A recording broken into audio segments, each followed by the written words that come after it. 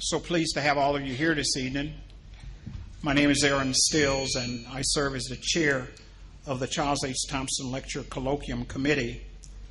On behalf of Dr. Leslie Fenwick, our Dean of the School of Education, Dr. Ivory Thompson, the editor of the Journal of Negro Education, and currently on loan to Mr. Obama as the director of the White House Initiative on HBCUs. So it's really a pleasure to have you here tonight.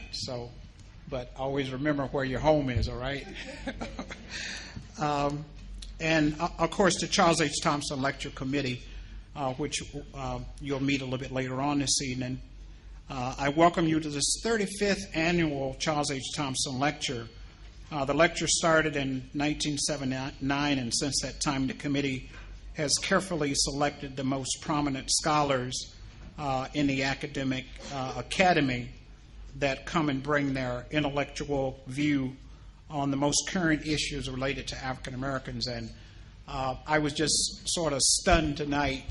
In fact, I was about as stunned tonight as I was about 2 o'clock this morning when all of the results from the election came back. But anyway, Jackie Irvine from Emory and a professor who spent some time here at Howard University, a year on a visiting professorship, walked up and said, "Hello, I'm Jackie Irvine Irvin."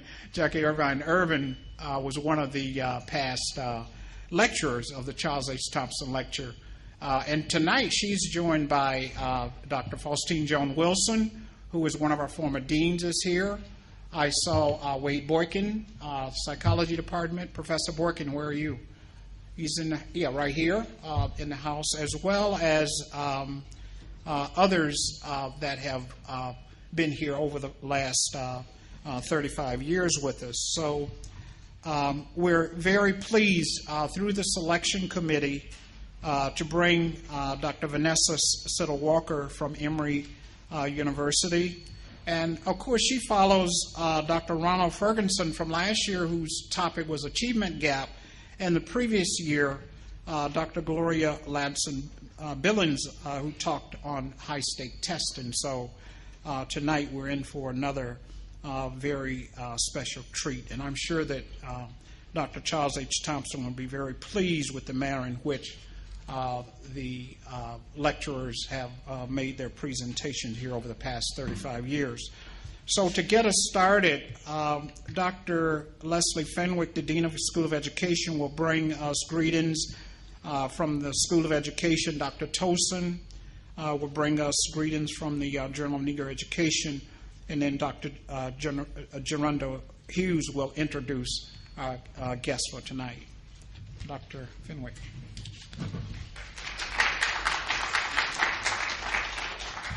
Good evening. The Charles Thompson Lecture Committee is to be lauded, in my opinion, for securing our lecturer this evening, Dr. Vanessa Siddle Walker. So I'm going to ask for a moment if the members of that committee would please stand.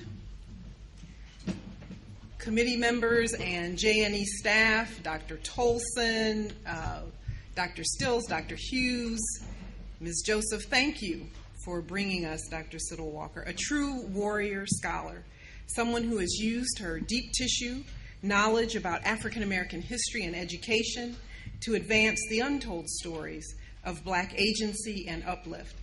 Let me pause as well to ask the School of Education faculty to stand. Don't be shy. And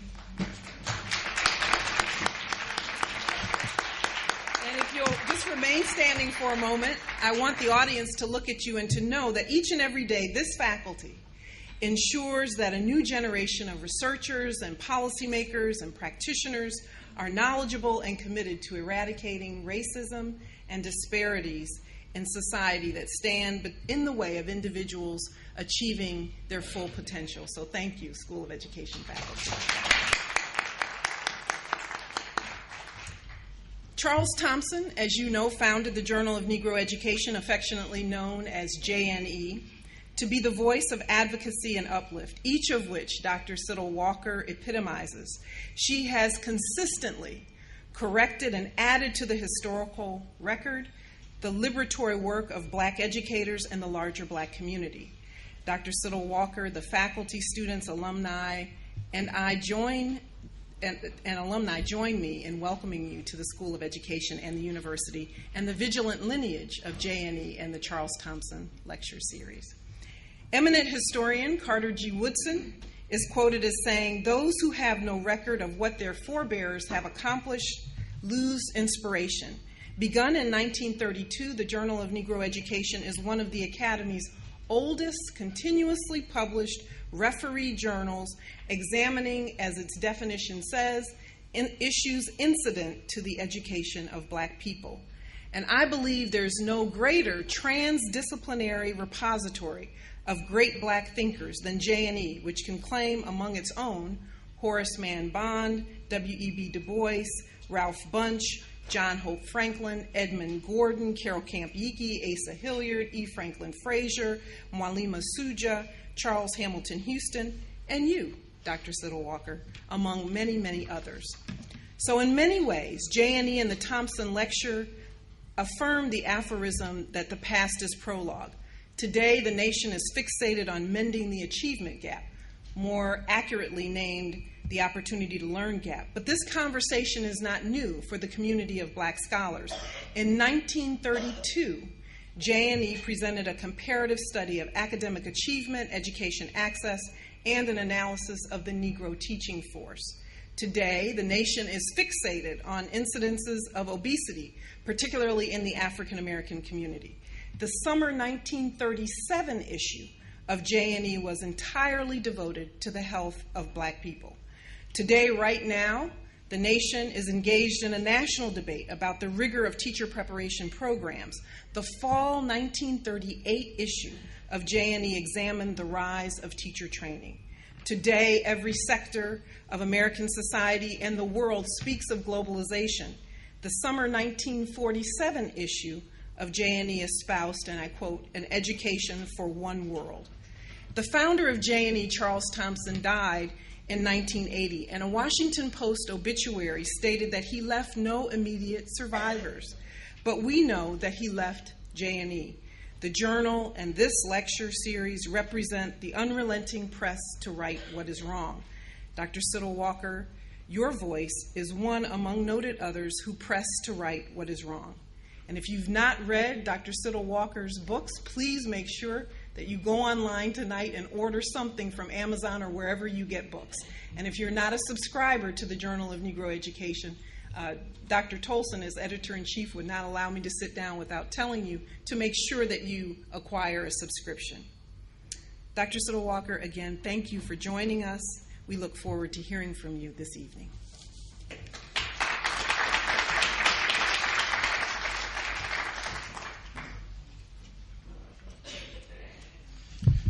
Good evening. It's very good to be home right now. Thank you all so much for receiving me. I want to thank Dean Fenwick for giving us the historical foundation of the Journal of Negro Education. And it's interesting, for a few years we used to coordinate our remarks so that we don't duplicate each other. And over the last couple of years, we have such a keen understanding of what the others will present, we don't have to coordinate that as much anymore. I thank you, Dr. Stills, for your leadership in putting this together, and thank you, Dr. Siddle Walker, for being here. I want to first recognize all of our past editors. If you have ever served as editor-in-chief of the Journal of Negro Education, please stand or raise your hand, whichever is most convenient for you.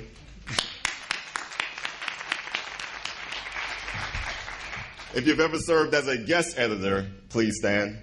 All right. If you've ever served on the editorial board, please stand.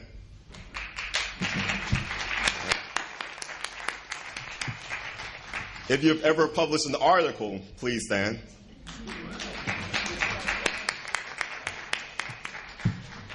And if you've ever served as a peer reviewer, please stand.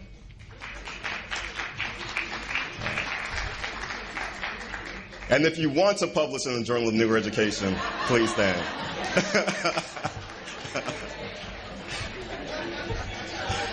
All right.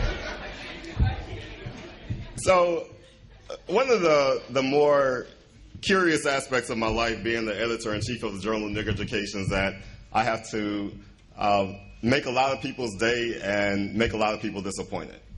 And in fact, I have to disappoint more people than I celebrate with because of the volume of manuscripts that come to us.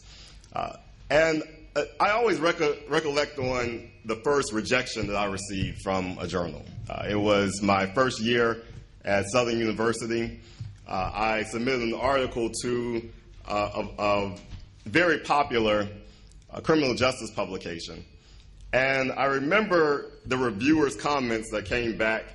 There's a phrase that just burns in my memory that I can never forget. And that reviewer said that he found, I'm assuming it's a he, it could have been a she, but it sounds like, something a guy would say. But he said he found it to be needlessly contentious and emotionally loaded. I was like, dang, needlessly contentious and emotionally loaded? Me? And, I had to, and this was, later in my first year. I'm trying to, jump out the gate doing what I'm supposed to do as a scholar. And I'm getting this rejection letter back.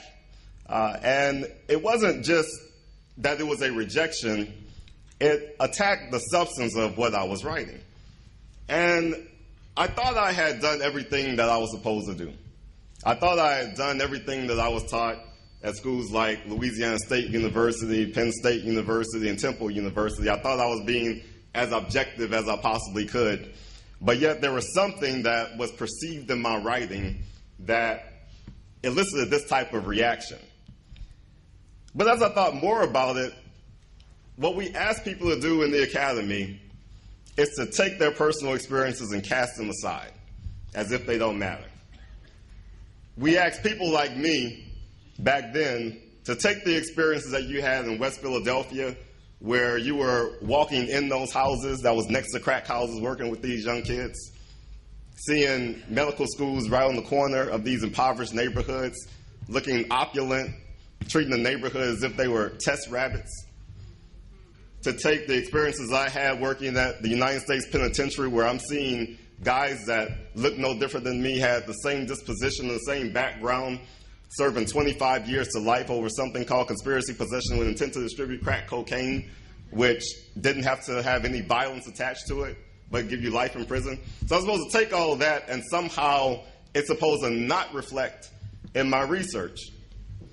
Now, I want us to think about the dangers of adapting to something like that. Think about the dangers of people who can objectify such atrocities in our nation and call it scholarship. These are types of things that has led to the greatest tropes in Black America. These are things that has led to our current notion of black on black crime being somehow different than white on white crime. These are things that have made us believe that single mothers, some of the most resourceful people in this nation, are somehow failing us.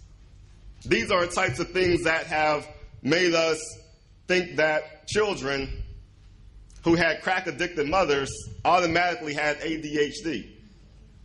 These are things that led to notions like the super predator of the 1990s, which were to emerge right now, where our young kids, young black kids, would be terrorizing the streets.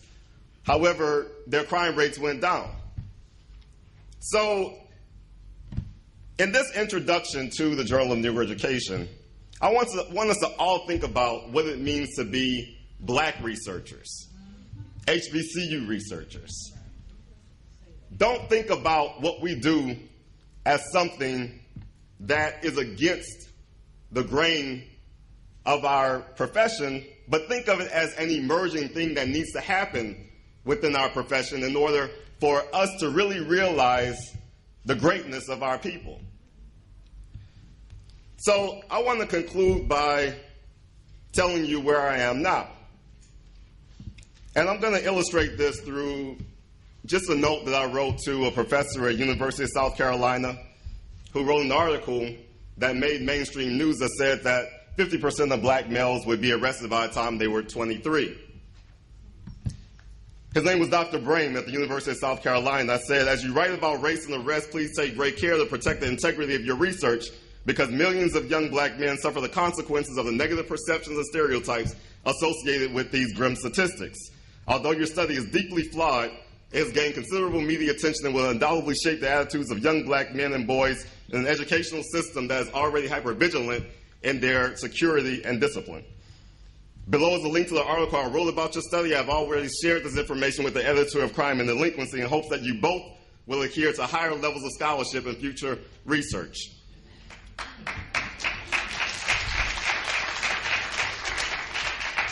So emotionally loaded and needlessly contentious, I am what I am.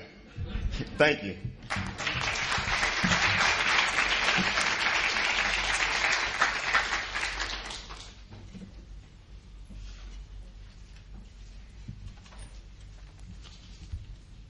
Good evening.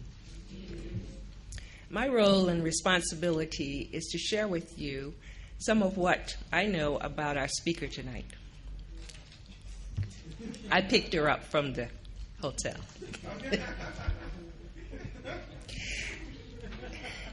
Dr. Vanessa Siddle Walker is the Samuel Candler Dobbs Professor of African American and Education Studies at Emory University. For 25 years, she has explored schooling of African American children, considering sequentially the climate that permeated the schools, the network of professional collaborations that explains their similarity, and the hidden systems of advocacy that sought equality and justice. For her first single-authored book titled Their Highest Potential in African American School Community in the Segregated South, Dr. Siddle Walker was the recipient of the Best Book Award for the History Division of the American Education Research Association in 1999. And for that book also, the recipient of the prestigious $200,000 Grawemeyer Award for Education in 2000. She is also a co-author of several books, namely Facing Racism in Education, Hello, Professor, A Black Principal and Professional Leadership in the Segregated South, and Living Legacy, Universities and Schools in Collaborative for African American Children, which is expected to be published this year. Her current project is titled Hidden Provocateurs, H.E. Tate and Black Educators, Secret Struggle for Justice. And in some ancillary information that I read about it, she has devoted at least 12 years to this project. So for those of you who are interested in qualitative research, good qualitative research takes time. In addition to book manuscripts, her research also appears in top educational journals such as the Harvard Educational Review, the Review of Educational Research, the American Educational Research Journal, and Teachers College Record. And Howard University will round out the top 5 education journals by publishing her Thompson lecture in J&E in the spring 2015 issue. Her body of research, which includes both books and journal articles, have received the American Education Research Association's Early Career Award, the Research Focus on Black Education Special Interest Groups Best New Female Scholar Award, and the Moral Development Special Interest Group's Outstanding Book Award.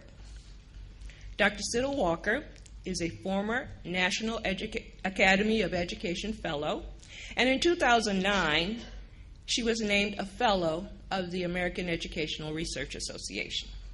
She has lectured widely, nationally and internationally, including delivering the 2012 annual Brown versus Board of Education lecture, which is sponsored by the American Education Research Association. Her work has appeared in the PBS Special School, and she has consulted with journalists on issues concerning Brown versus Board of Education decision and its implementation. She completed her undergraduate training in education at the University of North Carolina, Chapel Hill. She taught for 4 years at the desegregated Cummings High School in Burlington, North Carolina, and finished her master's and doctorate at Harvard Graduate School of Education. So, colleagues, students, friends, and guests, it is my distinct honor and pleasure to present to you, in this the 60th year after the Brown versus Board of Education decision, the 2014 Charles Thompson Lecturer, Dr. Vanessa Siddle Walker.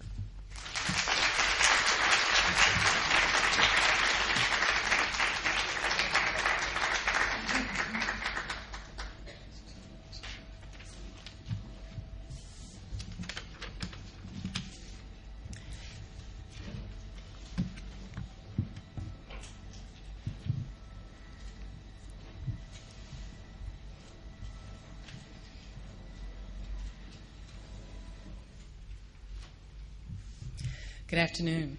I can't quite figure out whether the introduction that I was just given was more intimidating because it sets you up, right, and makes people expect what you might not be able to deliver, so that's problematic.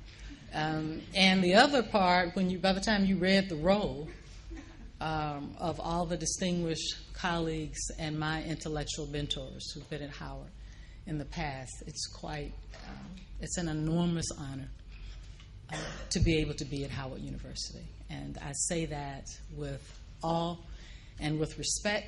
Whenever I'm in the archives in a number of places, the advocacy that traces to how we got to where we are in this moment, much of it happened on this campus, or it was invented.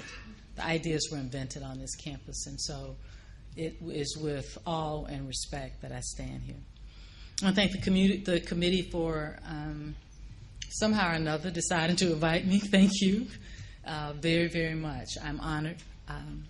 And I thank you all, particularly Dr. Stills. I have to mention you because he has made this trip seamless. And so I thank you for that. I thank all of you for attending. It is night, and there are a lot of other things that you could be doing, so thank you for being here. And one other point I'd like to make, in addition to, of course, the dean, thank you. If I could have what we call in the old black church a point of personal privilege, I want to do that.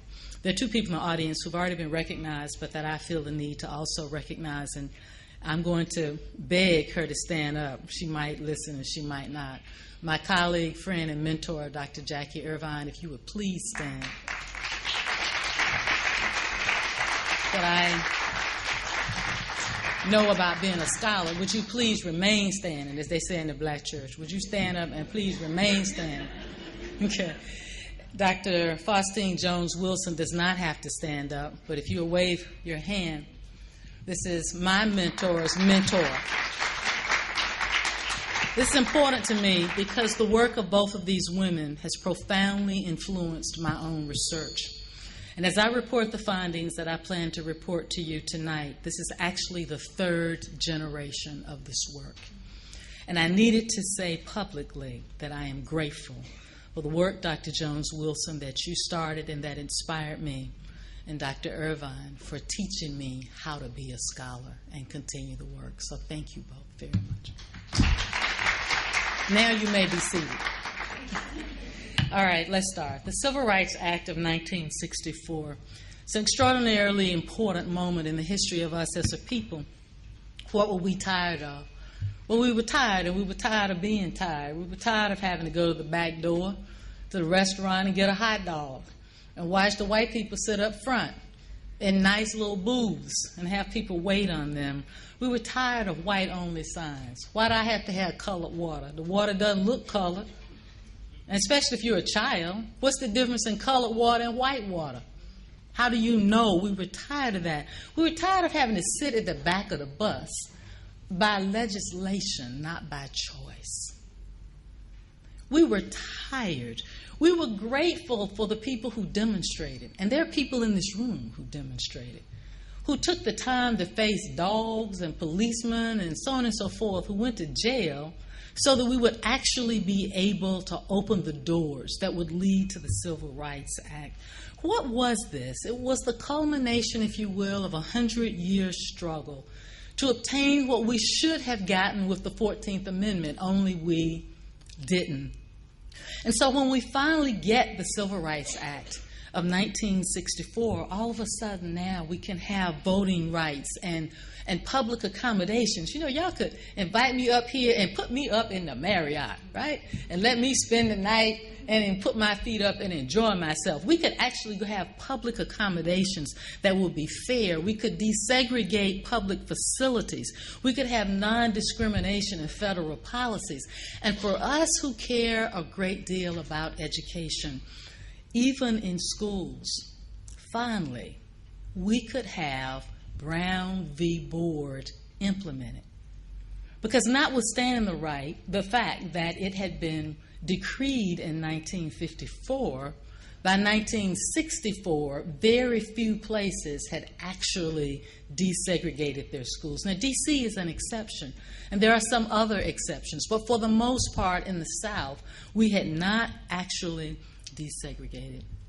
And so, I come here with the title, School Outegration and Tokenism, Segregated Black Educators Critique the Promise of Reform in the Civil Rights Act. Now, what could we possibly critique about that? Who among us wants to go back? Who wants some colored water? Unless it's Kool-Aid, that's different. But who wants some colored water? Who wants to be told where you have to sleep, what you can eat, and where you can eat it? Who wants to go back to dilapidated buildings and facilities and old textbooks? Who possibly wants to do that? So what could there be to critique about something that gave us so much? Well, I've come tonight because in the years after the act, but prior to full desegregation in the South, which in most places was in 1970, there were people who issued a warning.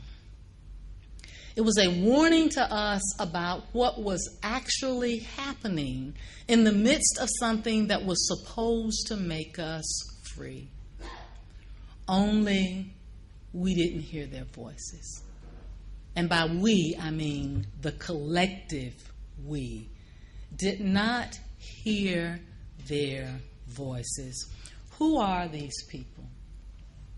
We know them well. They were our black educators of another generation. These were the people that Dr. Faustine Jones Wilson wrote about and that I was so happy to read that somebody had written about it.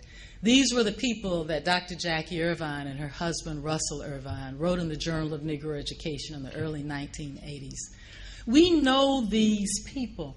These people took blacks from illiteracy to literacy. They decreased dropout rates, increased college attendance. They created these caring school climates in which, notwithstanding the difficulties in facilities and resources, they were actually able to reconstruct the negative societal messages about who black children could be, and instead recreate those messages and make them believe in a world that did not even yet exist. We know these people, and there is evidence. Dr. Hughes and I were talking about this on the way over. I was scared when she started talking that she was going to talk about what we really talked about on the way over, and I'm glad she didn't. We'll keep that as our little secret. But as we were discussing on the way over, there is also some evidence that these educators increased the black test scores prior to desegregation. We know that they talked about them, but we do have documents that suggest that the trend in upward test scores that we see in the 1980s and that people attribute to desegregation actually began in the 1960s when they bothered to give us textbooks and facilities and equipment. These people then that we've respected and admired. If you grew up in the South, everybody knows you respected your black teachers. These people that we respected and admired tried to tell us that something wasn't right. Something was going wrong. They used words like outegration, tokenism, second-class integration to explain what they meant. Now, Principal D.F. Glover is sitting at that table on the right. You'll see him holding a sheet of paper. And he issued a sobering cry. He says, "Let it be written that in 1968-69, black students, teachers, and parents stated in no uncertain terms that we have taken too much for too long, and we have had enough. We can't stand idly by and see ourselves for generations to come entangled in webs." Webs? What webs? What is he talking about? What did he think would affect the destiny of black boys and girls for generations to come? We're right in the moment of having gotten the Civil Rights Act. What is the problem that he's talking about? The answer to that question is what I'd like to use as the foundation for our time together tonight. But before I do so, Dr. Stills reminded me that there would be academics in the audience and to make sure I had some methodology. And so I want to say a word about my methodology so that you will know how I know what I know. Dr. Horace Tate, the gentleman on the far right of the screen, is the executive director of the Black Teachers Association in Georgia. He led approximately 13,000 black teachers at its demise. He was paid to speak their collective will. I spent approximately 2 years with him prior to his death, about 50 hours of formal interviews 2 and 3 times a week in those last 2 years. What he did at this particular moment was to hide their files. The picture in the back, if you look at the picture on the top, the window on the top, at a time that black educators' records were being destroyed. Dr. Jones was talking about that earlier today. Across the South, they got rid of, they not only desegregated us, they destroyed our records, which has made it very difficult to write stories about what actually happened. He knew that they were destroying the records, and so he hid them. Approximately 14 file cabinets, more than 50 boxes were located literally in the attic of this old building that he hid. We've got journals and audio files and reports and test results and all kinds of information. I've supplemented this tape collection with other elite interviews, both inside and outside of their organization, and I've spent time in 9 different archival collections across the country. I use historical methodology as an analytical tool, and I write about that, so I won't go into details about that. But that is the basis from which I will work. The findings today will elevate the Georgia Teachers and Education Association because that's the database. It's one of the few that didn't get destroyed. But I actually have a great deal of confidence that what I'm sharing is generalizable across a number of the southern states. Let us prepare to begin. These people, 31,000 of them lost their jobs. More than 31,000 lost their jobs. We wrote them into history as being afraid. They're just scared. That's the dominant historical script. So I'd like to address that before we start. Were they afraid? As individuals, yes, they were afraid. I'd be afraid too if someone told me that I've got a mortgage to pay and I'm not going to have a job. So as individuals, certainly there was fear. But what we've not understood historically is that they did not operate as individuals, they operated as organizations, because the organization cannot be fired. And so it is through their organization that they spoke their collective will. When I speak then tonight, I will be speaking the perspectives of their leaders in their organizations, because that's the way that they were able to talk about what they believe should be done without being afraid of being fired. Let's start then with organizational advocacy. I'd like to tell you a little bit about what they said, and after I've told you what they said, then I want to show you in the history why it might matter to us. Now, 2 years after the Civil Rights Act of 1964, in 1968, black and white educators met together in Miami. Now, NEA is the former white body, whose headquarters is down the street somewhere, the National Education Association. The Black Association had been the American Teachers Association. They stood in the massive auditorium in Miami. They shook hands and they declared, "We have now merged. Black educators, white educators, we're all the same." What about the state organizations? That was a question that was being raised, because in every one of the 14 southern states, you had a white organization and a black organization. What's going to happen with those state organizations? Well, in 1966 in Miami, the head of the black state organization in Florida marches up on the stage, but the white head of the white association speaks, and he says, "We have merged." And the 5,000 to 7,000 educators in the audience, everybody's clapping, "Yay!" Right? This is great. This is what we're supposed to be doing. We have merged. But not everybody's clapping. Who's not clapping? Well, John Davis is one of the people who's not clapping. Why does it matter that he's not clapping? Now, John Davis is one of the people who said that the merger of these organizations would be a way to preserve equality for black children. But he'd said that back in 1954. By 1966, we've got something really different going on.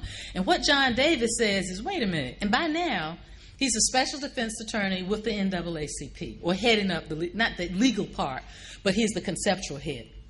And he says, wait a minute, we let this merger happen in Texas, where the black educators and the white educators merged. And he said, we haven't been able to get a word out of Texas on black education since the merger. We haven't heard not one word. Now, Florida is absorbed, so they say. They announced that they had merged. That was the end of the Black Educators Associations and all that they had done. Texas couldn't find out a thing. Now, Georgia is saying, wait just 1 minute. Somebody said, you need to be careful when you see something where all the tracks are going in one direction, right? And nothing is coming back. This is actually, they use that metaphor, and nothing is coming back. So Georgia is watching.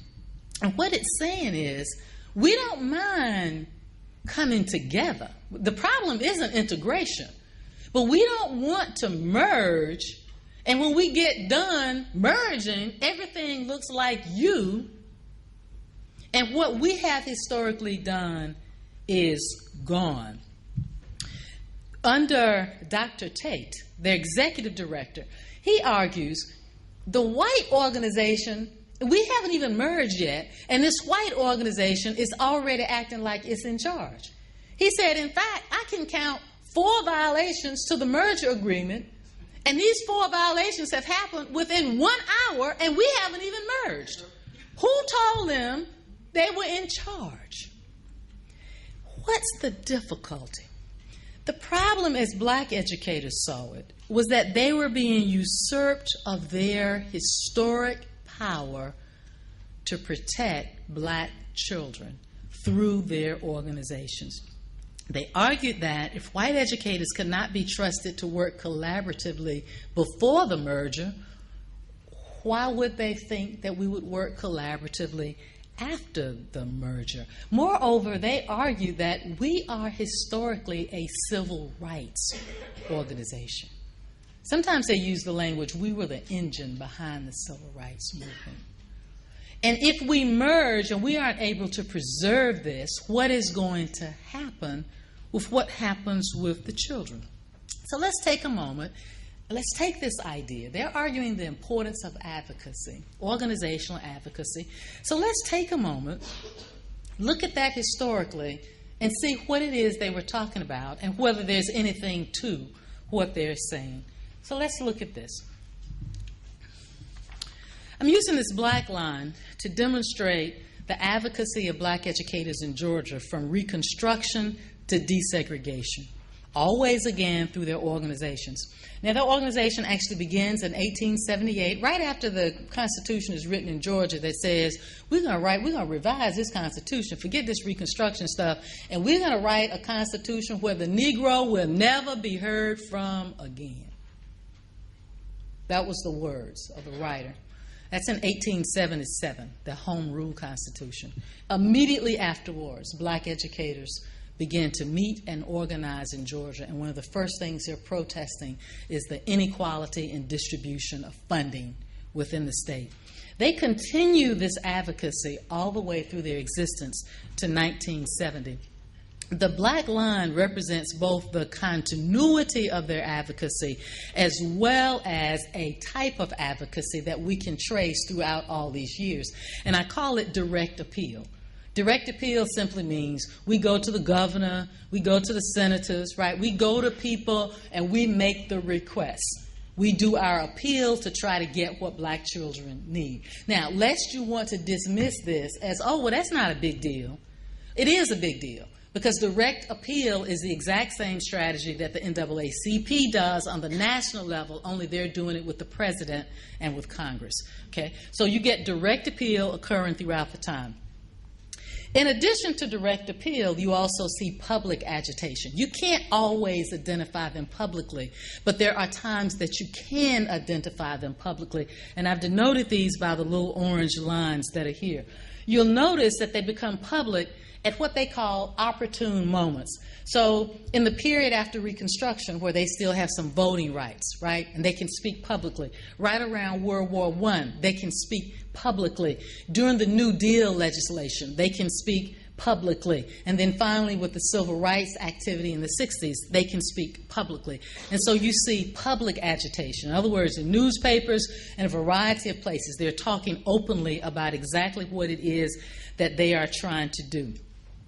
In addition to speaking publicly, their public agitation, they've also got quiet collaborations going on, as indicated here by the blue lines. Here I'm using their quiet collaborations with the NAACP. There are more, but this is kind of the most profound intersection that I've seen in the work. There are occasions that they are public with the NAACP. I don't denote that, but right in the World War I area where you see the overlap, there's a place where local NAACP people and the teachers and everybody are all fussing about the same thing. But most of the time, it's quiet. It's quiet. Why does it have to be quiet? Well, in Georgia, you can't talk about the NAACP unless you want to get lynched. Right? I just yesterday was looking at the 3 boxes of lynching files just from Georgia. So you don't talk publicly, but the fact that your voice cannot be traced publicly does not mean that you are not involved. What are they doing in this period? They are supplying plaintiffs. They're supplying the data. They're making sure that people have the state reports. Okay? They are very much involved. In addition to their quiet collaborations with NAACP, they also have what we would now call entrance convergence with the philanthropists, as indicated by the green line. How can that work? Well, it can work because you have money and I want some. So I'm going to take your money, but I am not going to do what you actually tell me to do.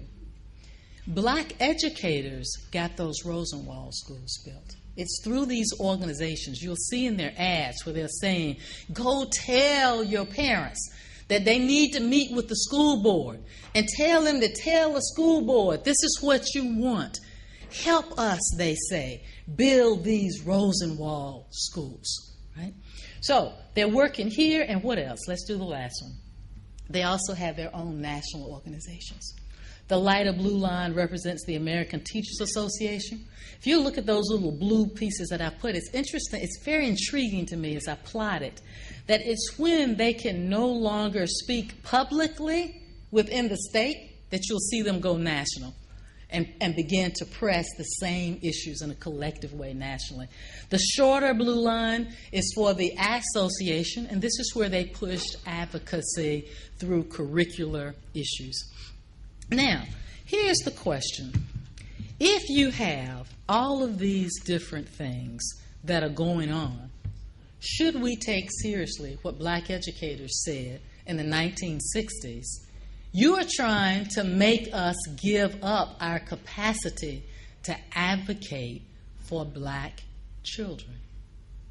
Should we take it seriously? And I would argue that we should. And not only would I argue that we should, but Martin Luther King would actually agree with me. At one of their meetings, they were talking about, school boards are 99% white. And these are the same people who have no history of protecting black children. And these organizations that we are moving into are the ones that the superintendents are in. These are the people who've been oppressing black children. So to merge in a way that preserves their power and takes my power away won't be in my best interest, nor in the best interest of the children that we serve. Martin Luther King, in his Martin Luther King way, said, no, we want it all the way. We want all of what integration is supposed to be. But of course, they killed him, so we never had an opportunity to have him say that publicly. Adam Clayton Powell expresses it more directly. In their last meeting, they say he was a little drunk. But when you work hard with this stuff, it'll drive you to drinking. I've been thinking about getting me a drink jacket later on tonight myself. It'll drive you to drink. It either kills you, people have heart attacks and die, or they take to drinking because it'll really worry you. Adam Clayton Powell expressed it well at their last meeting. He told the black teachers, you better think it over. He says, nobody but a fool. Actually, he cursed. I'm just not going to repeat his whole quote. He said, nobody but a fool walks into an organization where you immediately outvoted 3-1.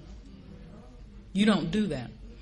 So the issue here is not integration, either of the children or their bodies. The issue is power. What happens when you give up a 100-year power base?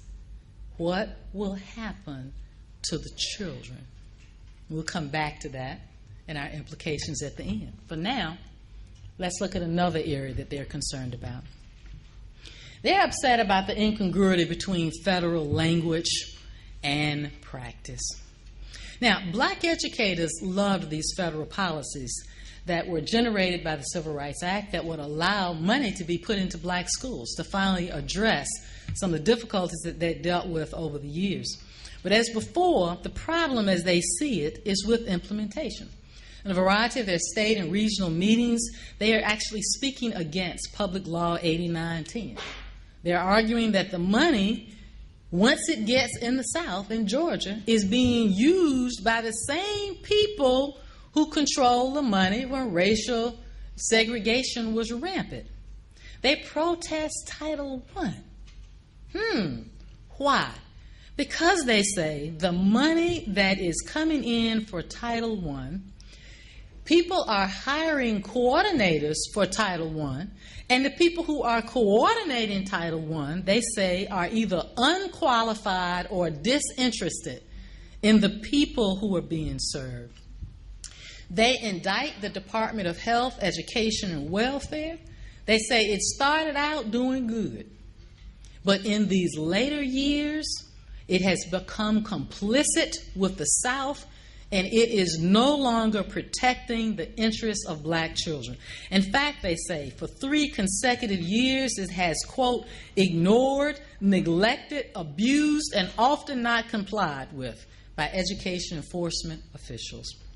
They argue that the policies coming into the states through this federal money are actually allowing white officials to unnecessarily spend thousands of dollars for new schools for white children, while the schools for black children were practically empty.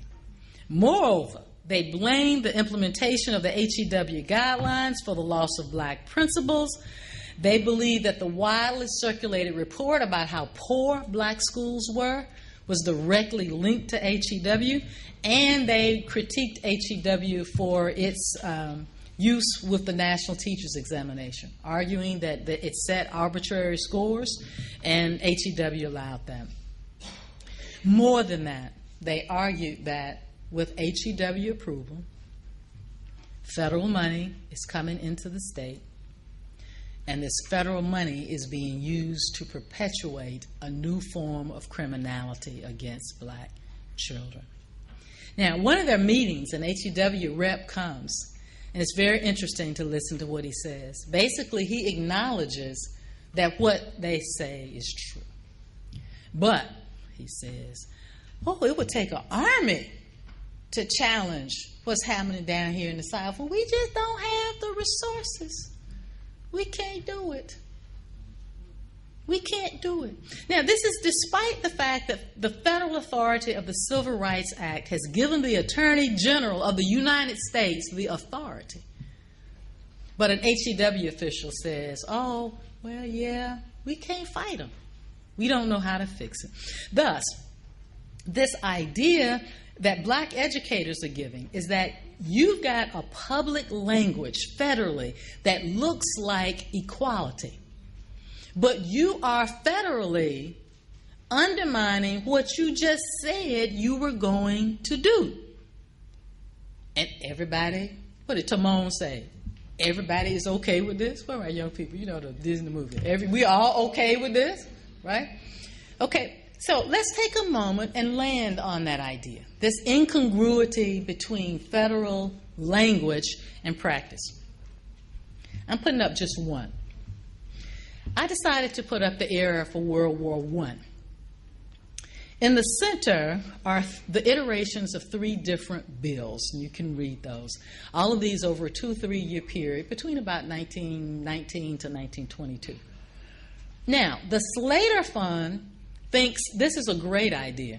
In fact, one of the philanthropists, Dillard, pushed Congress, you should put money, you should put money into the South. And even Du Bois says, this is some of the best statesmanship that has come in 50 years, right? The National Education Association, this is great. Pass these bills. Meanwhile, who's objecting? The educators and the NAACP in quiet collaboration. Do you know what they're objecting? The World War I era. They're saying when this money comes into the South, the southern states are going to use it to perpetuate inequality. If you are going to send money into the South, you should have federal guidelines that are written in that would require states not to perpetuate inequalities. Now, this is the pattern for World War I. But the truth of the matter is, if I were to go to the generation before it, we could talk about the land grant, be fooled by phrases or promises. Now, my granddaddy didn't go to any Congress anywhere, anytime. He didn't even finish school, but he had sense enough to talk about that. He said, don't pee on me and call it rain. Because I have sense enough to figure out the difference, right? Just because there's something dripping, I know the difference between pee and rain, right? And that's what these educators, I said, students, please don't write that down. Don't turn that into your professors, please. But if you do, that will be Sam Beasley. You can quote Sam Beasley on that. So what they're saying is, don't be fooled. Dr. Tate sums it very precisely. He says this dissonance between federal language of privilege, we're giving you something, and local state practices that take away the very thing you say you're giving us. He says this is nothing more than an effort to, quote, ease the conscience of the white man, while the deviant local practices are continuing, quote, an old pattern of restraining Negro people. What does it mean for us then today to have federal language of equality and states? We'll talk about that in the implications. Let's talk about one last area before we go to that. We've talked about organizational advocacy. We've talked about the incongruity between federal language and local practice. And I want to talk a minute about education as aspiration. Black educators in the moment of desegregation reported the needs of black children were actually being ignored in legislation that was supposed to give them full educational equality. The children were being expelled, they said, or otherwise reprimanded for non-educational matters, they said, such as growing a mustache, they said, or wearing their hair natural, or reproving one another, I love this, for strutting on the drum line. Some children were getting in trouble for that. And they found this school-level mistreatment of black children problematic. But they saw a bigger problem as well. Dr. Tate said that it was evil if black educators were outegraded or just allowed to become tokens in white schools and have no power. He said, who is it that's going to teach these black boys and girls to roll up their sleeves, carve out a new role for democracy, if you take away the people who understand how to teach them? He said that under the direction of black teachers, black children had, I quote, inspiration and aspiration. He argued that it was black children who had been trained in civic education and who had been taught to believe that they could be anything they wanted to be. He said it wasn't white children who went out and started the demonstrations. It was black children who challenged America's romanticized democracy. And he argued that this aspiration they'd learned in black schools. What does the history have to say about that?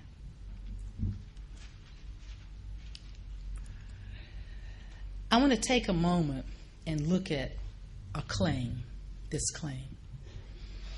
I'm not showing the chart that demonstrates this. I will need you to take my word for it, because if I show the chart, it'll add another 10 minutes to the lecture, and I was told how long I could talk. But we have documents that show how black educators are able to disseminate the same ideas across time and geographic region. See, when I wrote Their Highest Potential, I thought I had said something special. You know, that wanted the children to reach their highest potential. I didn't know until later on that all the black schools wanted the children to reach their highest potential. I mean, they use the same language. So, with civic education, I'm going to give you 2 examples.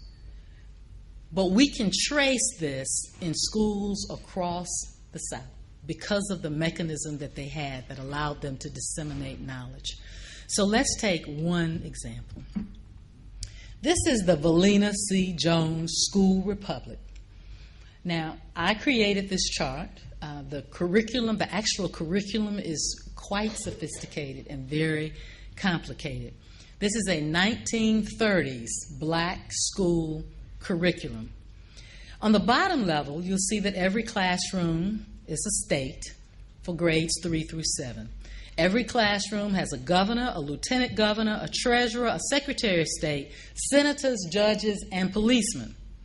Now, the job of the states is to develop parliamentary procedures for their own state.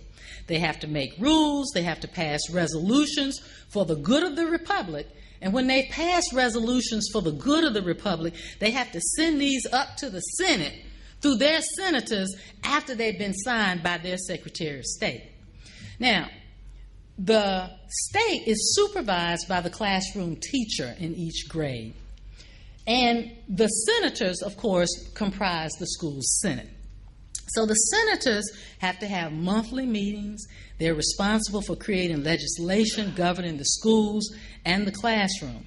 Now, the Senate is advised by the school's principal.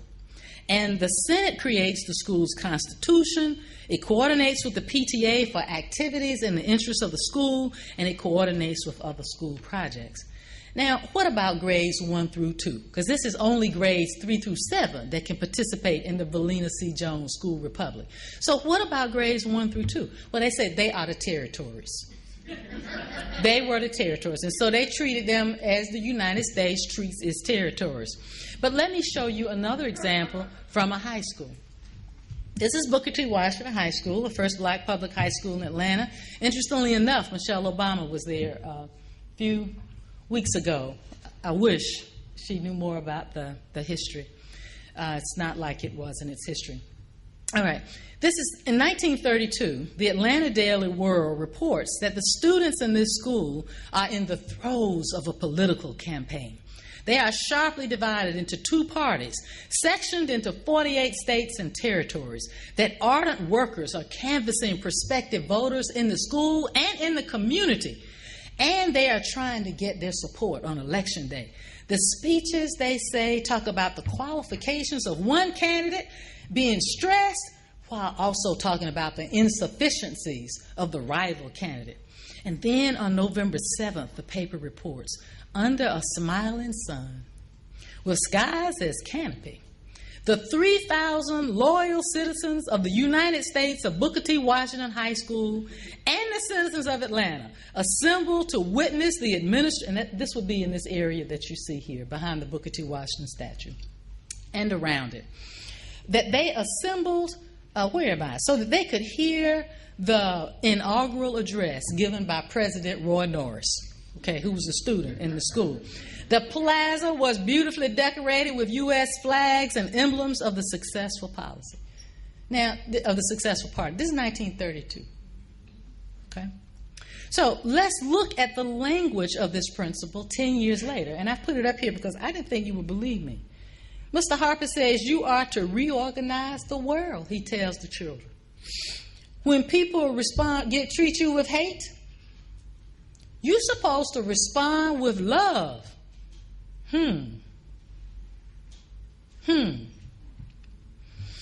What are we seeing in these two schools? What we're seeing is the practice of a strategy put in place in 1919 in Cleveland, Ohio, where a black educator, Lucy Laney, is at an NAACP meeting. This is during that time where they could work together publicly. And she says, we've been working in the past, but not always effectively. But we're going to do something this time that we know will be effective. It's 1919. We're going to teach these young black children how to vote. We're going to teach them about democracy and citizenship. What then is the fruit of their plan? They lay this strategy in 1919. Might I say to you that Martin Luther King was a student at this school? When they were out canvassing the community, he would have been a kid. When Mr. Harper made these statements about you should love, he was about 9th grade. Even the newspaper says it is obvious that what these students are doing at Booker T. Washington High School may have, quote, a far-reaching effect on the next generation of adults. Think about it. In ways we have not begun to take on. This curriculum was a small seed planted in 2 generations of black children, nourished by a larger political climate that was created by those quiet collaborations, and it erupted. One of the principles that I write about, he's in the book Hello Professor, says, you got to understand that somebody did something to you in order to respond. He says, you see, if somebody did something to you and you don't know that they have done something to you, and they tell you that somebody has done something to you and you don't know about it, he says, at first you feel a little stupid. Because you think, how could you do something to me and I not know anything about it? He says, but then when you realize somebody has done something to you and you get through feeling bad and put your pride down, then you say, well, wait just 1 minute. Who is it and what did they do? What did they do to me? This is what these educators are doing here. They are making sure that black children understand that the United States of America is doing something to you. And we want to make sure that you understand how to respond. The Atlanta Daily World captured it well. If the young people of today are trained in the use of the ballot, it says in 1932, these same young people will not sit passively and let themselves be barred from complete citizenship. In the 1960s, then, we have these black educators who are preparing children for a world that does not exist. This is part of the aspiration that they are talking about in the 1960s. D.F. Glover says, let's stop fooling ourselves. The average white teacher is not prepared to teach the impoverished Negro child. If he is to do a successful job, he must, in many cases, be advised by the Negro teachers. But of course, it was the Negro teachers that we outgraded. And Dr. Tate says, who's going to teach this black child that he can be whatever he wants to be? Where will the aspiration come from? Now, there are lots of forms of aspiration. I happen to pick the civics example because I like it.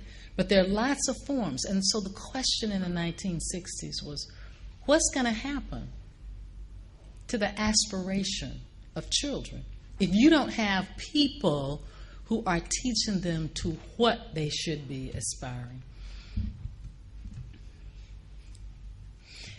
I'm going to argue that black educators gave us a last lesson, only we were asleep. We didn't hear that lesson. It's not our fault. The media and other things made sure we didn't get it. Historians came back and wrote a completely different narrative about who we were and what we'd done.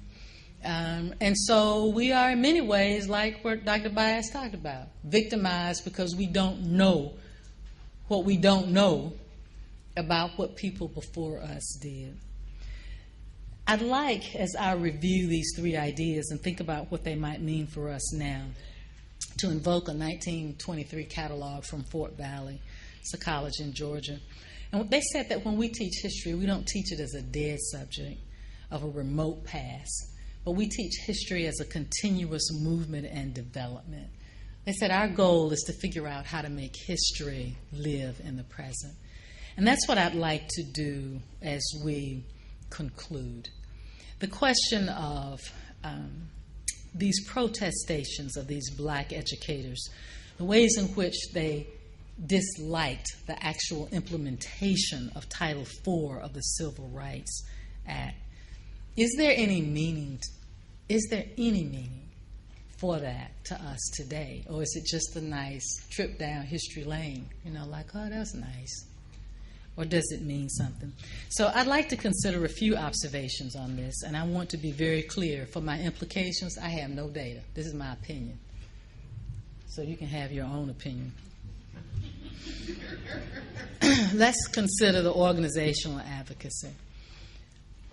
I see a number of grassroots organizations in different states that I go in, and they are working very diligently to intervene in the needs of black children in their own locale, and I am awed by the commitments and the work that they do. However, they operate as disconnected segments of advocacy. They are not connected or interconnected either on an agenda or with the people. And their lack of connection makes problematic the ability to work collectively towards a common goal. If we were to look at the current educational associations, and I'm going to say this, and Jack, I had written this down before lunch the other day. I'm going to take AERA.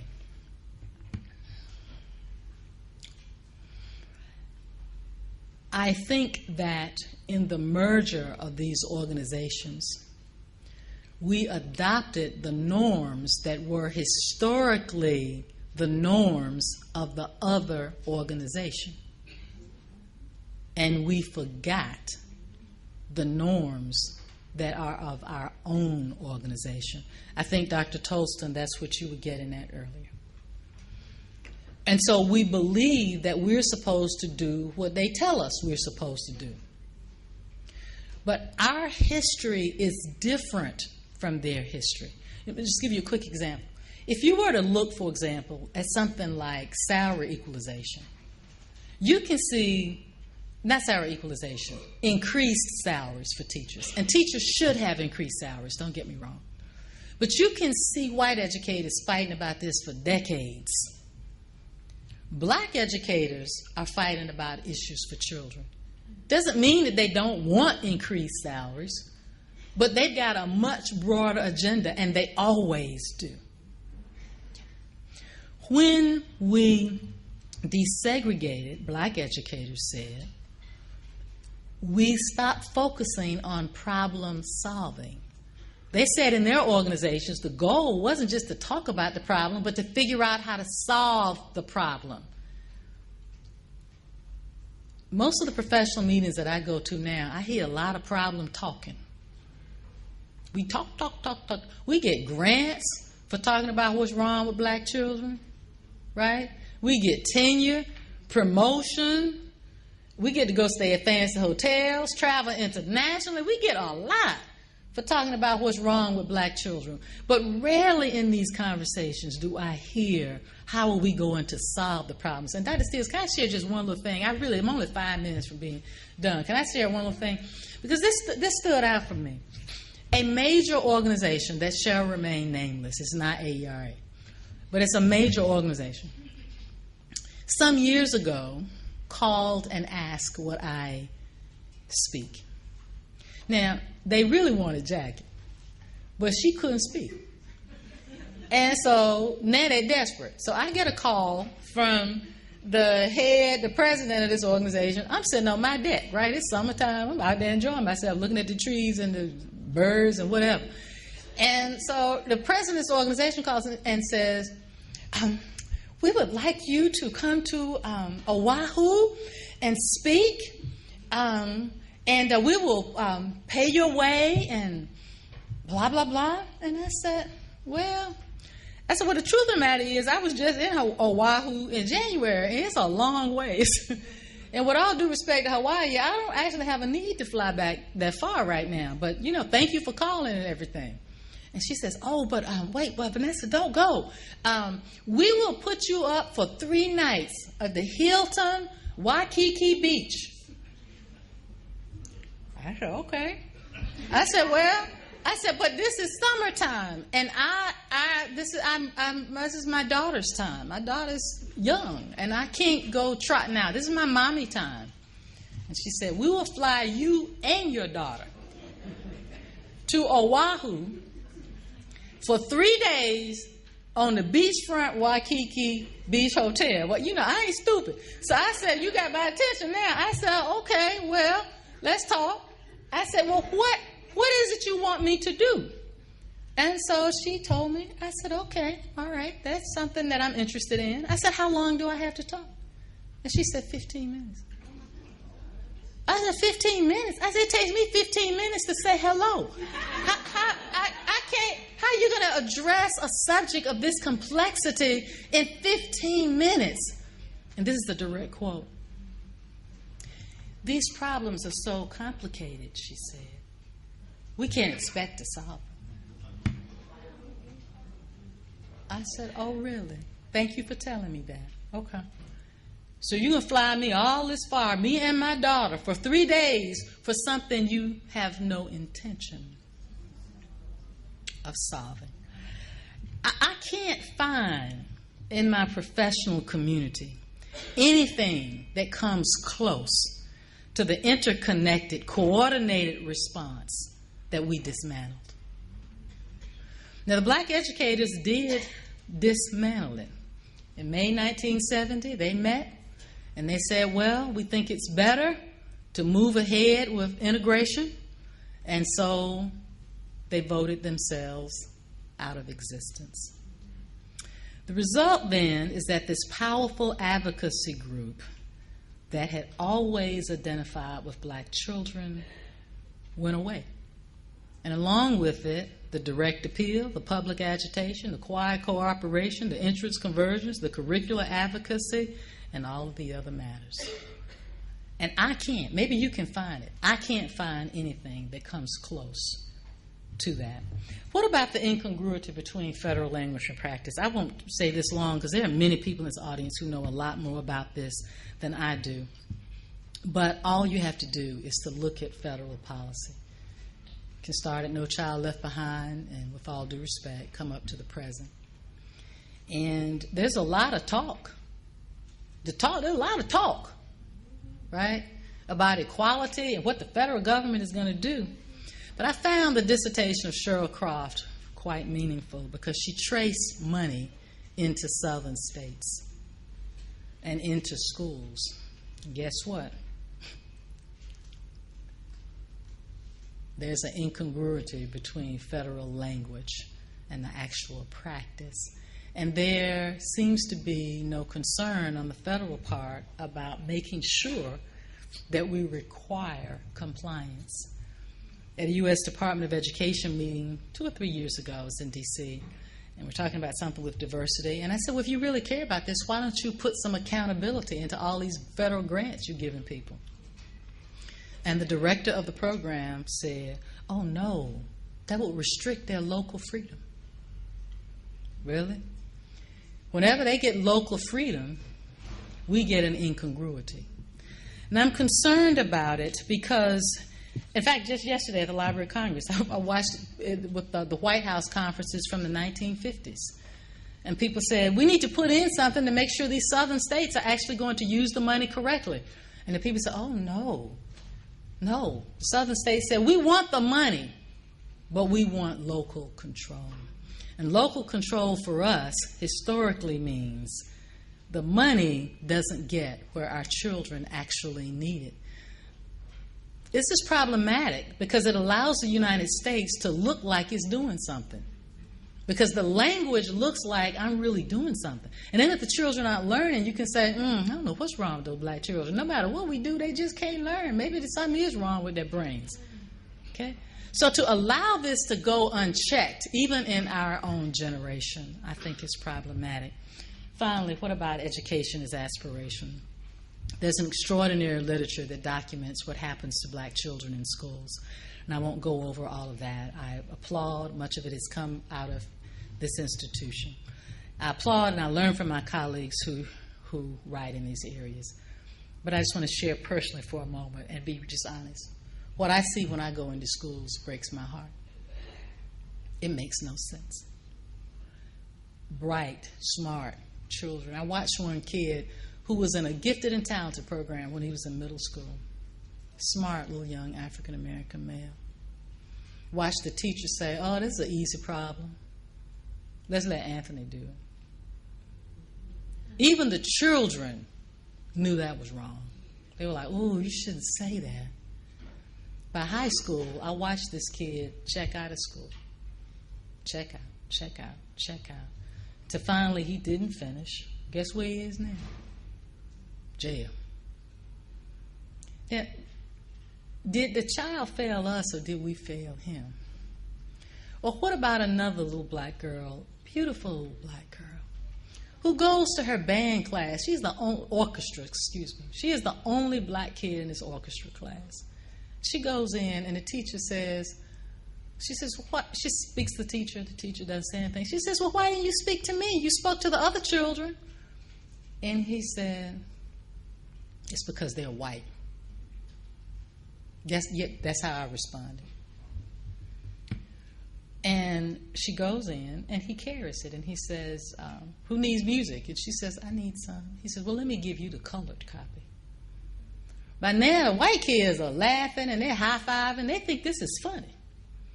Black girl now has tears in her eyes. She says, this is not funny. The white kids are like, well, if you were white, you would understand. Ha, ha, ha, ha, ha. She, of course, winds up not in the orchestra class.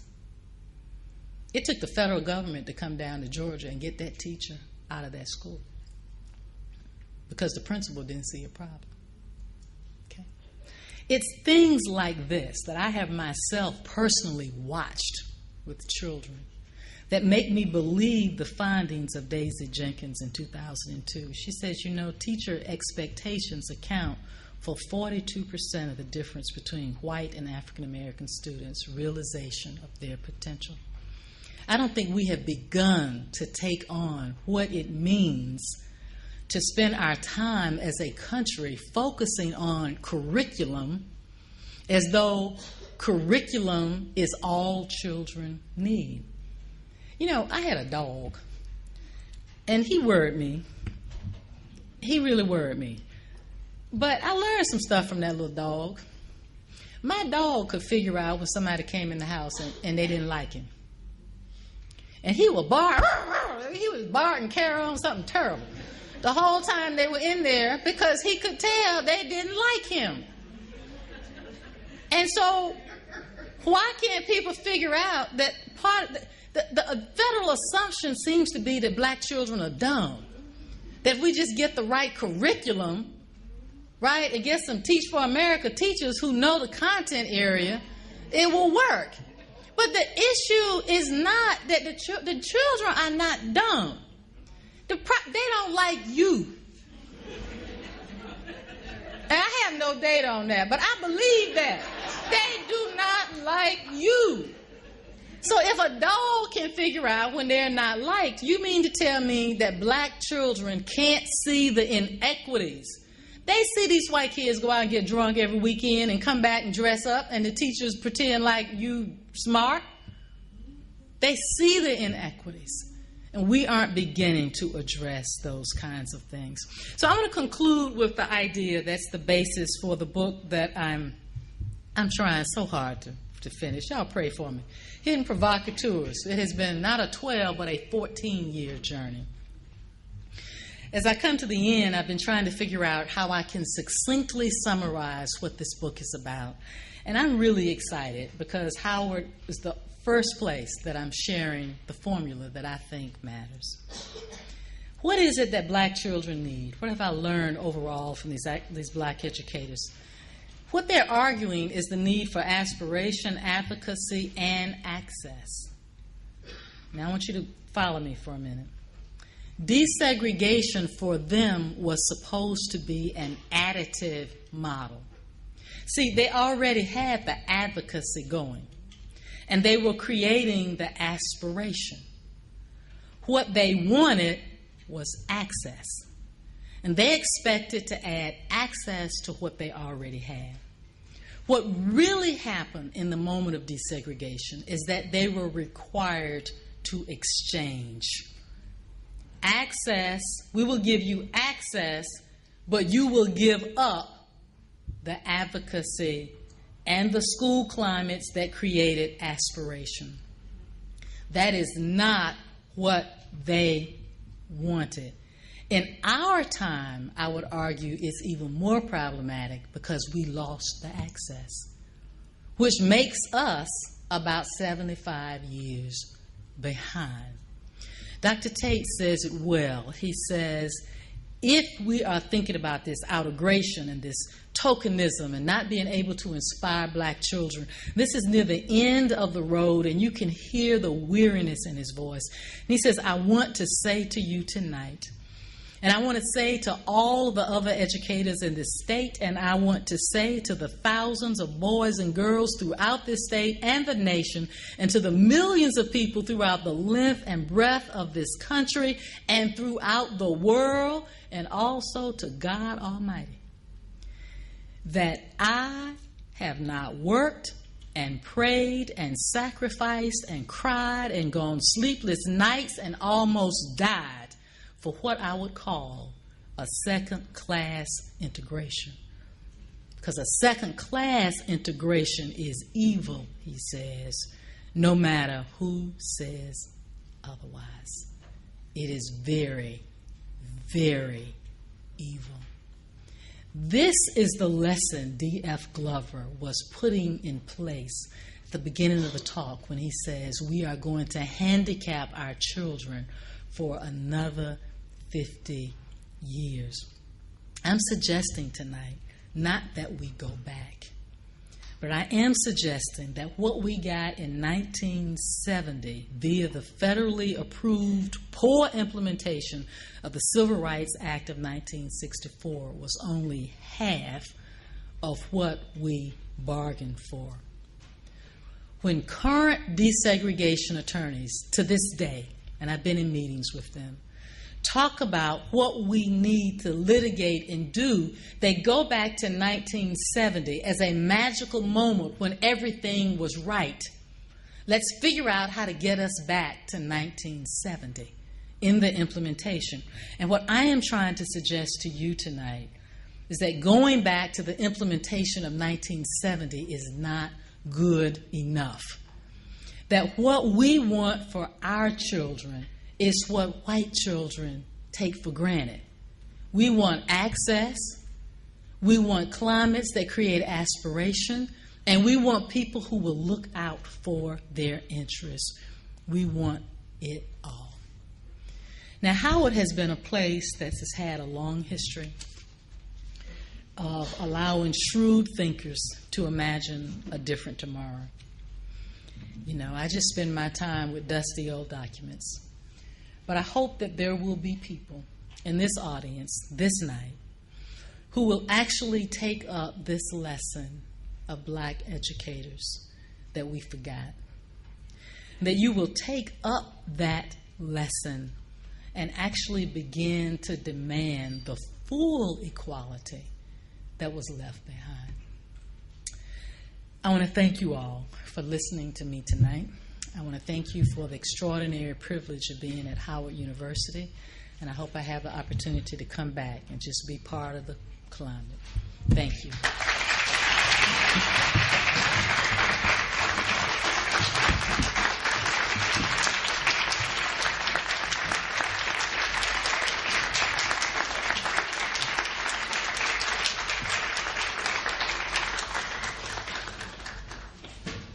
At this time, we will entertain some questions.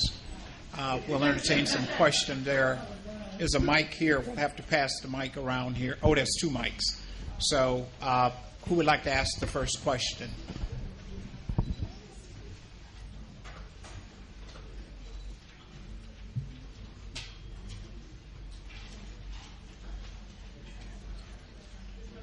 Oh, yes. Thank you so much, and it's just been a joy and delight to listen to you speak. I just wanted to, the term outtegration is very new to me, and I just wanted to know if you could just talk a little bit more about what it meant then and what it means for us now. Okay, I can tell you what they meant by it. I'll be making up what it means for us now. When they talked about outtegration, it was a direct reference to the fact that, here's the metaphor that they would use. They would say, in real integration, we will take what you have and what I have, we'll put the best of it all together. That's what integration should be. Okay? But in the metamorphosis that occurred and the very poor desegregation that was implemented, instead of merging two, they elevated one and got rid of the other. And they would say, you can't, they said, if you're going to blend a tiger with a zebra, you should have an animal that comes out looking like a tiger and a zebra. That you can't come out looking like a tiger if you started out with a tiger and a zebra. I mean, I didn't make that up. That's them. And so so outtegration was their deprecating terminology to say, instead of bringing us in as full participants and creating the kinds of schools, black educators were extraordinary educators. Okay? What they knew about how to educate would have worked if we had just tried it. What they're arguing is that you aren't trying it. You're getting rid of us. You're firing us. You're getting rid of our schools. So rather than integrating, you are outer grading, meaning we get rid of your history, your culture, your tradition. And Dr. Jones-Wilson, if I'm correct, I think you're the person, I think I read this in one of your articles, where W.E.B. Du Bois says, in the 25 to 50 years, while white school boards are figuring out how they are not going to follow the federal legislation, what is going to happen to the children? And that's the issue.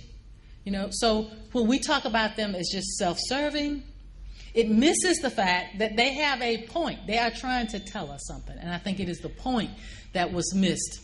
And so you wouldn't have heard the term outtegration because We haven't begun to take it on yet, and that's part of what I hope to do with this book is let's talk about it in some real basic ways.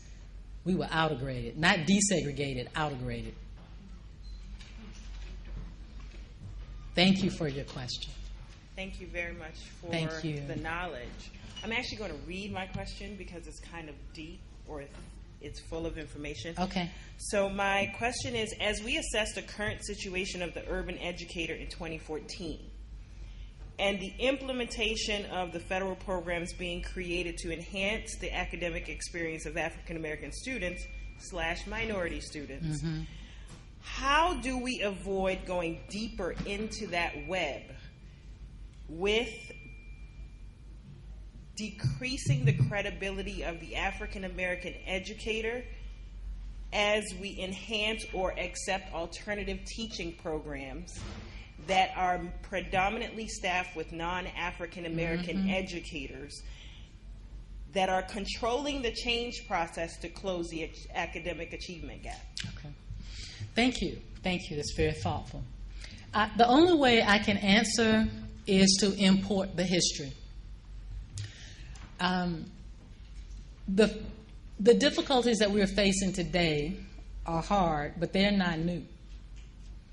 So we've got a map for people who've done it in the past, and I want to give you an example of how they might address our own historic moment.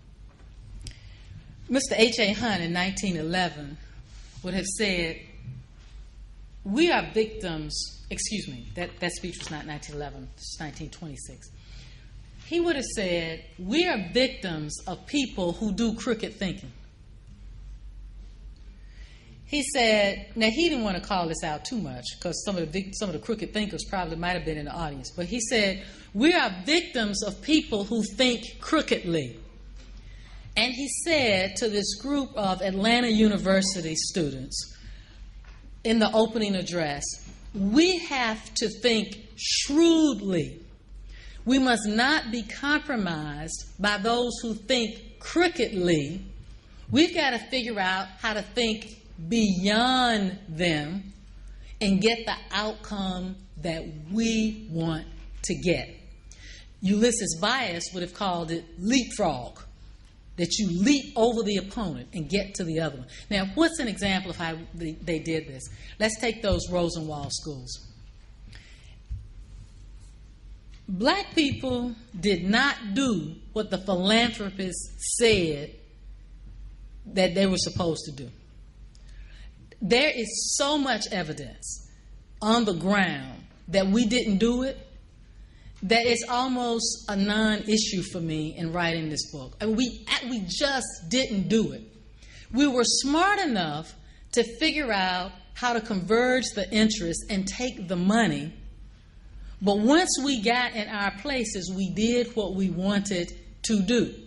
Mr. Hunt said, remember that the great problems of the world are solved in your mind. Now let's take that to today.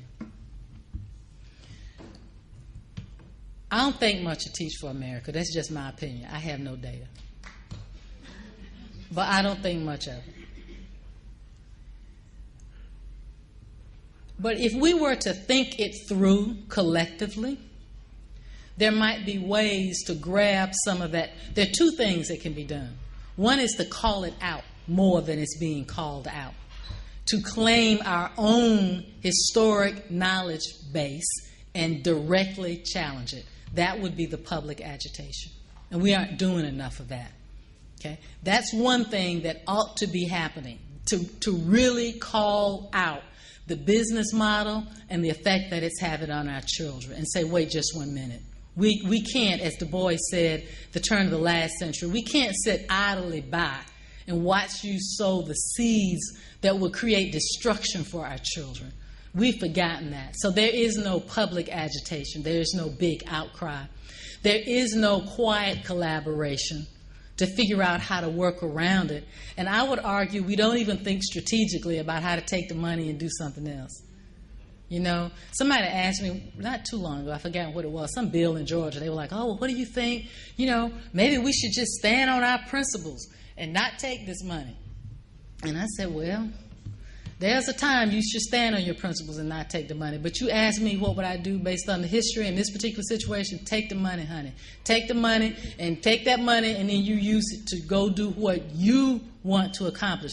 So how to take what is available and reconstruct it to serve our own interests. We haven't had the think tanks about that.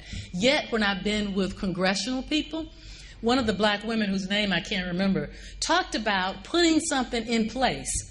That we've spent a lot of time talking about what was put in place because white people figured out how to use it for their children. And she said to me, when I put it in place, I was trying to throw something to the black community that they could use, right? But because we're disconnected, we didn't figure out how to use it. I can't answer nearly as well as many people in this audience about exactly what we should do today, but I can tell you, when I think about the history, that this idea of being smart enough to outthink people, you mean we can't figure out how to get past something? We can't use public agitation. We can't use any of these norms to figure out how to stop letting people use something against us. Really? We can't figure that out? I think we could figure that out. But we can only figure it out if we take on the model that is historically ours, where we problem solve and not just problem talk. As long as we, to use a biblical metaphor, take our pearls and throw them to the swine, our history of what got us this far and throw it away, and then expect that they will value our pearls. I think there are things we can do, but they're going to happen behind closed doors. I hope that begins to get at your wonderful question. Yes, ma'am. Yeah, I see 4 more. Okay. Yes, ma'am. Hello again. Hi. Thank you so much for being here. My name is Kiana Cole. I'm a junior elementary education major from Pine Bluff, Arkansas. So I wrote my question down as well because I had a lot to take in. I said you spoke about how you hope that Howard will breed thinkers that will take up the lessons that the black educators of the past did, that you spoke about. My question is, as an undergrad student, where do I begin to manifest that lesson? What do I do? What are the steps that I take right now as a junior in college to make sure that this lesson is taught and understood by my generation and the ones that will come behind it? Young people have the power because you don't yet have a job, which means you can say anything you want to say with no reprisal. And you guys have all the technology. You can connect around the world. How did anything happen in the past? Somebody called a meeting. And they said, this don't make no sense. And we're going to do something about it. You see, I would argue that my generation failed your generation. And I'm not happy to say that, but I think it's true. My generation is the one that got all the benefits of integration.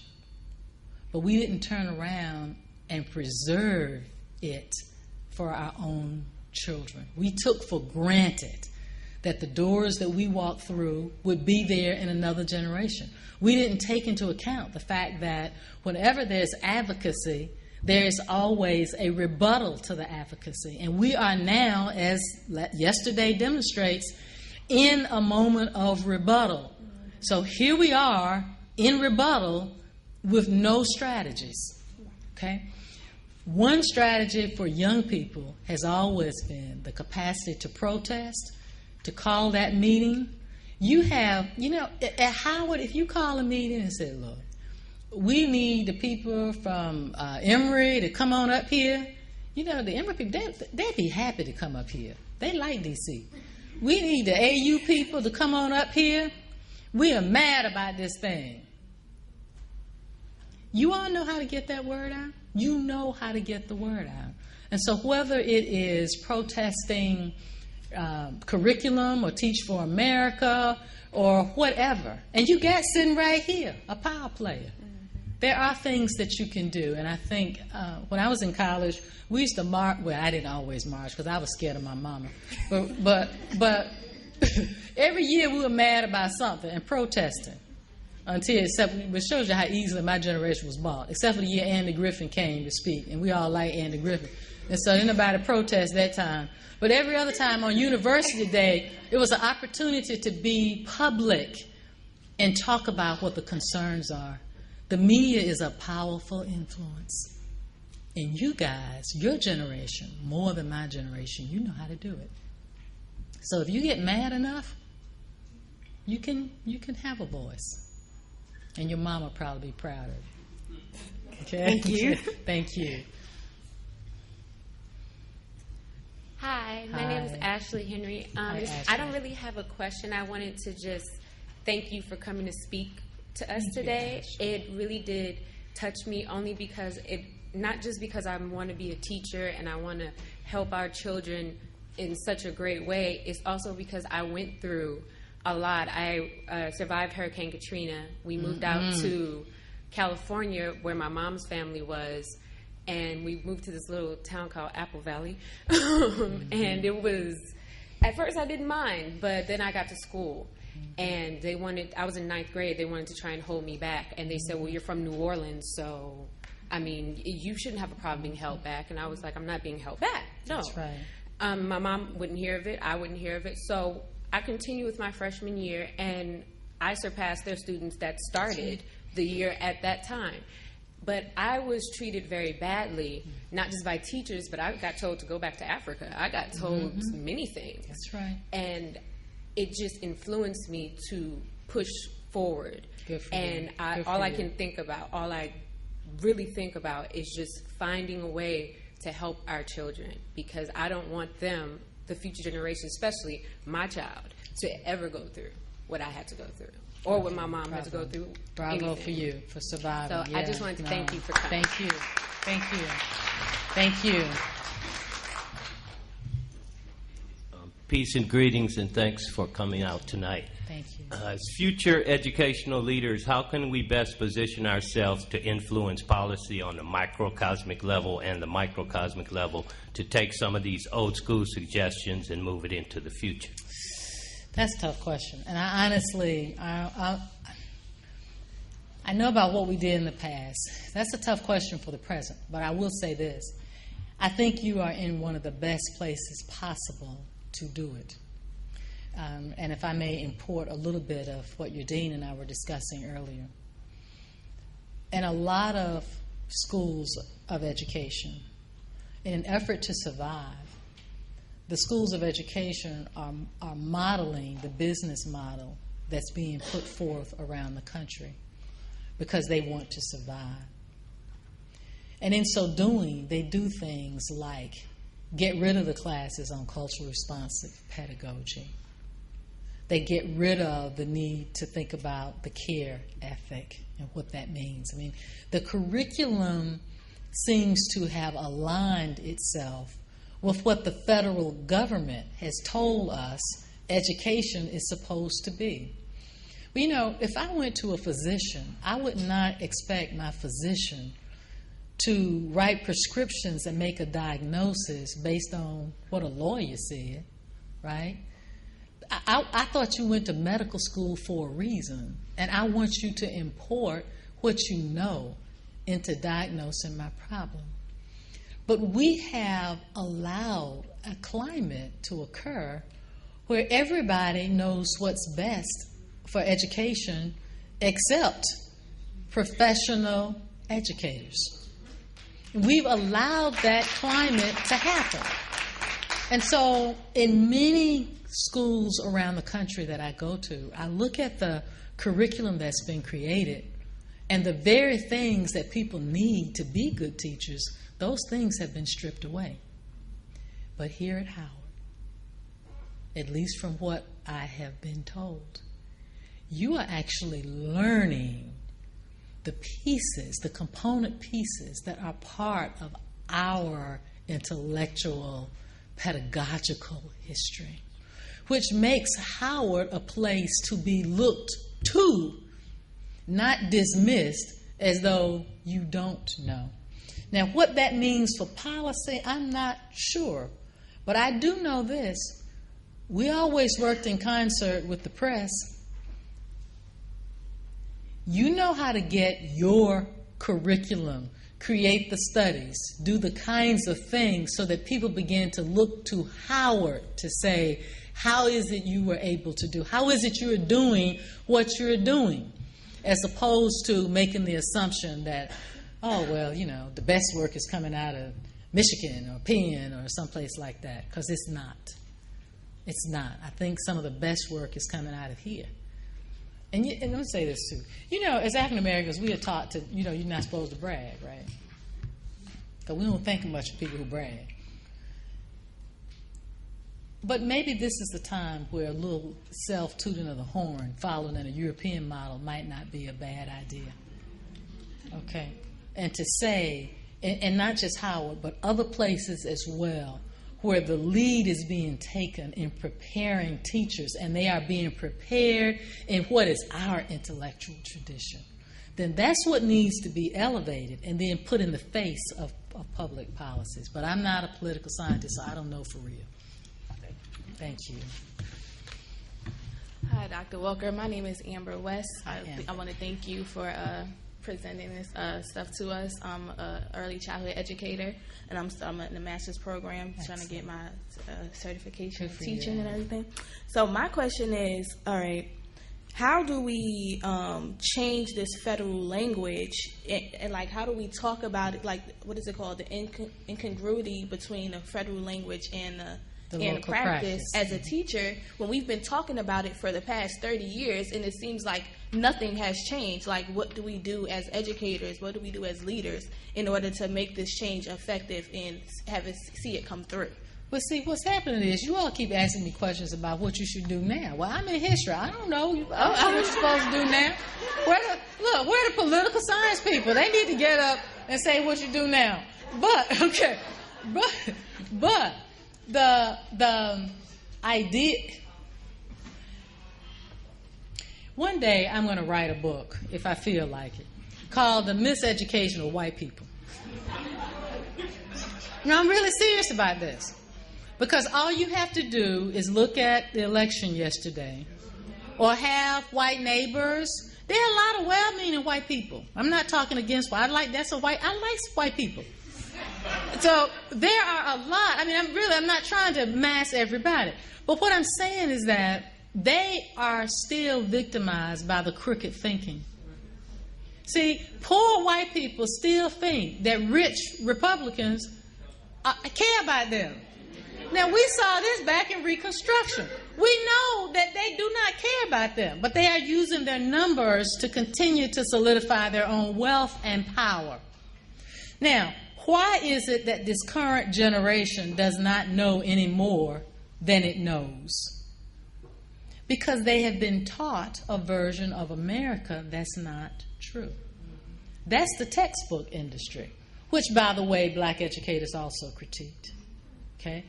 That's the textbook industry. Where is our outcry against the textbook industry? Why are we continuing to allow people to believe something that is not true? So what I want to suggest to you is that if I were to be at Emory now, we're in the auditorium, and I were to say that the federal government for over 100 years has had a disconnect between its language and its practice, they wouldn't believe me. I mean, I'd have to put up the data for every period to show it, because no one has taught them this. They have a very romanticized view. I mean, what do we say? The land of, freedom and justice for all. Well, we all know that's not true. But why do we keep saying it, right? It's freedom and justice for all. But there are people who really do believe that, is what I'm trying to say. They really believe it. There are well-meaning people who really believe the lies that our textbooks have told them about who they are. If you believe that lie, then you make certain assumptions and you do certain bills and so on and so forth. And so for me, the question is, how do we confront the lie? Can I not look at this thing in my right hand and see that it is a lie and have the courage to speak truth? And I think that's the challenge for us. So where you choose to educate them, and these black educators talked about that. They said that you shouldn't be mad at the people with the crooked thinking. They said you should try to help them. And they specifically talk about it. They say they really think that America is a democracy, and we need to try to help them, which is where the "you should not hate" comes from originally. And they also say, and they really think they're Christians. They say this. They say, and we need to try to figure out how to help them. And they said the Negro's greatest contribution might actually be in helping America to look at itself and learn the truth. And so you must never be like them, they said. You must be better and above. And I think for our generation to take on the untruths and speak that which is true. For me, I've talked to educators for many years, so I'm attempting, we'll see how that works, to write this book for a trade press, because ordinary black people need to understand what happened to us, right? So we can have a language to critique what's happening now. So we'll all find ways, I hope, to do our part. It sounds like not a good answer, but again, there are wonderful people here who can give better answers for the present. But thank you for your question. And thank you.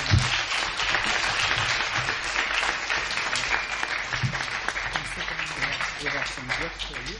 We have some I gifts get presents? Yes. Wow, that's another difference.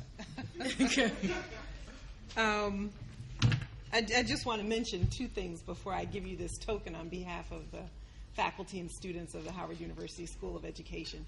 We have a friend in our critique of Teach for America, we have a friend in the Ninth Circuit Court of Appeals that said, so this isn't just your opinion or my opinion, that Teach for America is disastrous for black children and schools serving them. It is also the opinion of the Ninth Circuit Court of Appeals. And I think that deserves a clap.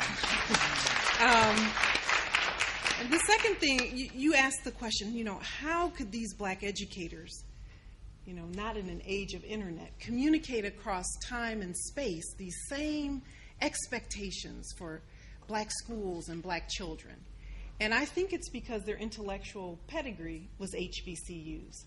They were hearing that from the professors who taught them, and they went out en masse and reproduced what they had learned and absorbed, I believe, at HBCUs. And so I think that Dr. Siddle Walker's charge to us to take these lessons from the past, light blue box, but Howard University crystal apples come in a dark blue box. Good. And that's a good thing. So thank you for advancing our thinking. Thank you for sharing your history. Thank you for advancing the mission and goals of the Howard University School. We got a T-shirt. Okay. We can do that. We can do that. Thank you. Thank you very much. Thank you all. Thank you all. Okay. And the committee has a gift for her. It comes in the form of a plaque. And it reads,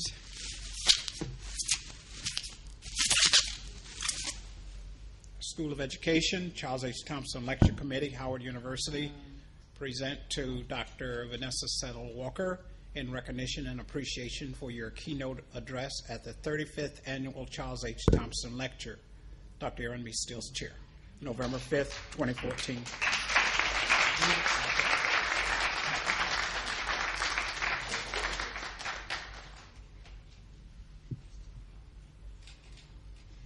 Okay.